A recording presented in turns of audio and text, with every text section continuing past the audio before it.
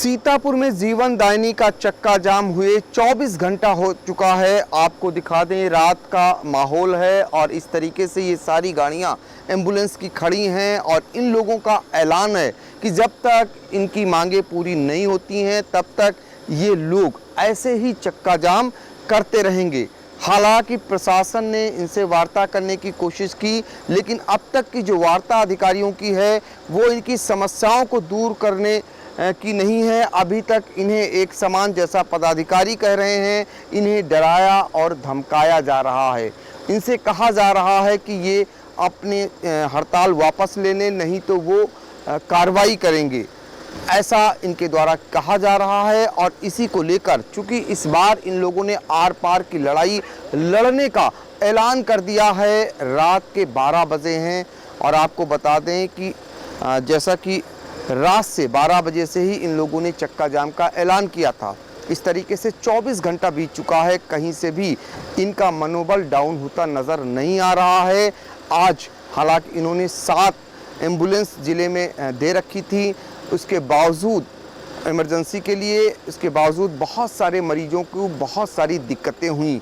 जैसा कि हमें बताया जा रहा है कि रोज़ जो प्रसव पीड़िताएँ हैं वो करीब 250 डेली एक हिसाब से प्रतिदिन की औसत में ये लोग उनको अस्पताल लाते हैं और अस्पताल से घर पहुंचाते हैं। इसके अलावा 200 मरीजों को भी ये भेजने का काम करते हैं, उनको इलाज करवाते हैं, उनको घर भेजते हैं। और क्रिटिकल जो मरीज होते हैं बहुत गंभीर, उनको भी लाने ले जाने का काम करते हैं।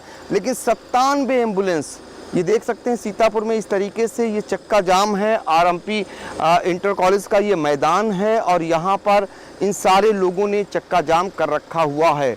इनकी मांग है कि जब तक इनकी ठेकेदारी प्रथा खत्म नहीं होगी तब तक ये लोग ऐसे ही चक्का जाम करते रहेंगे।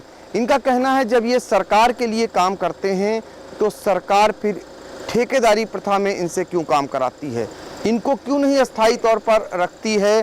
12 घंटे की मेहनत करने के बाद 12,000 रुपये ही बामुश्किल इन्हें मिलते हैं।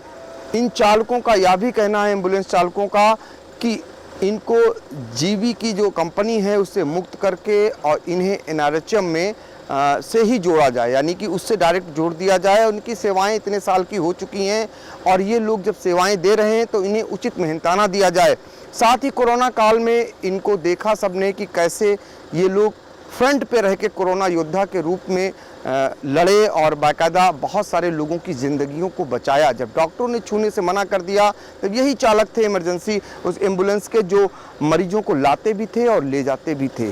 ऐसे में इनका कहना है कि सरकार आखिर इनकी क्यों नहीं सुन रही है। उधर सरकार की तरफ से इनकी समस्याओं को अभी नहीं सुना गया है। ये ज़रूर ऐलान हुआ है कि एस्मा लागू किया जाएगा और इन्हें मॉरल डाउन किए जाने का प्रयास भी हो रहा है। ज़िले के अधिकारी भी आए थे यहाँ पर, इनसे चाबियाँ मांगी गईं लेकिन इन्होंने चाबी देने से मना किया।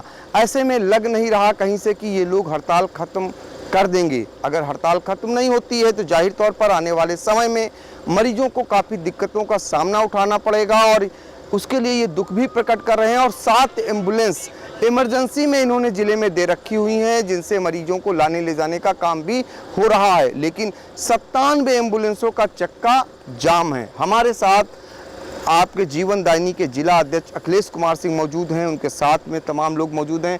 इनसे जानते हैं कि 24 घंटे हो चुका है, ऐसे में सरकार अभी आपकी मांगों को मानने से इनकार कर रही है, अगला कदम क्या होगा?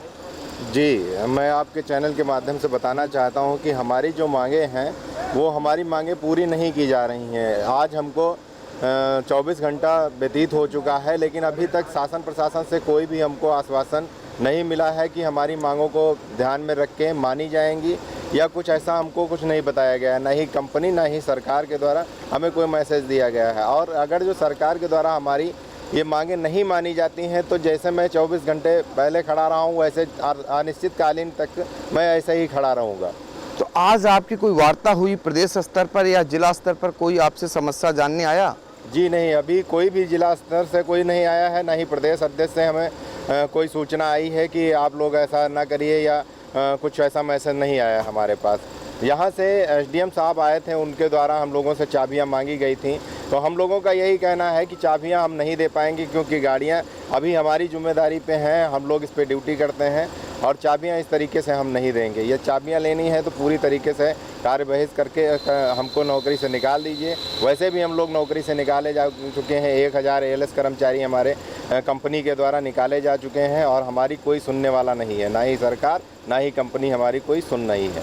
तो आज सीतापुर में भी कुछ कर्मचारियों को निकाले जाने की चर्चाएं थी और धमकी दी जा रही थी, ऐसा भी कुछ है? जी, जीवीके कंपनी द्वारा हम लोगों को जितने भी जिले लेवल के पदाधिकारी हैं उनका एक लिस्ट तैयार किया गया है हमारे प्रोग्राम मैनेजर द्वारा।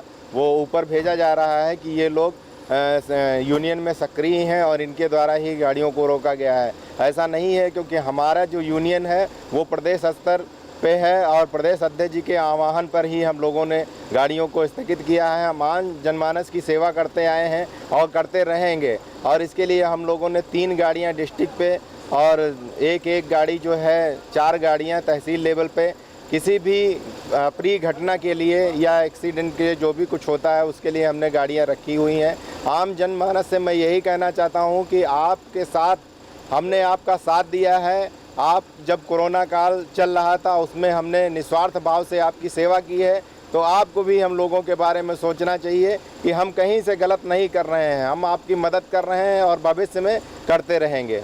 तो सरकार से अपना हक, अपनी मांग लेकर रहेंगे और आम जनमानस से अपील कर रहे हैं कि जब उन्होंने उनका उस समय विपत्ति के समय साथ दिया तो ऐसे समय में वो भी इनका साथ दें।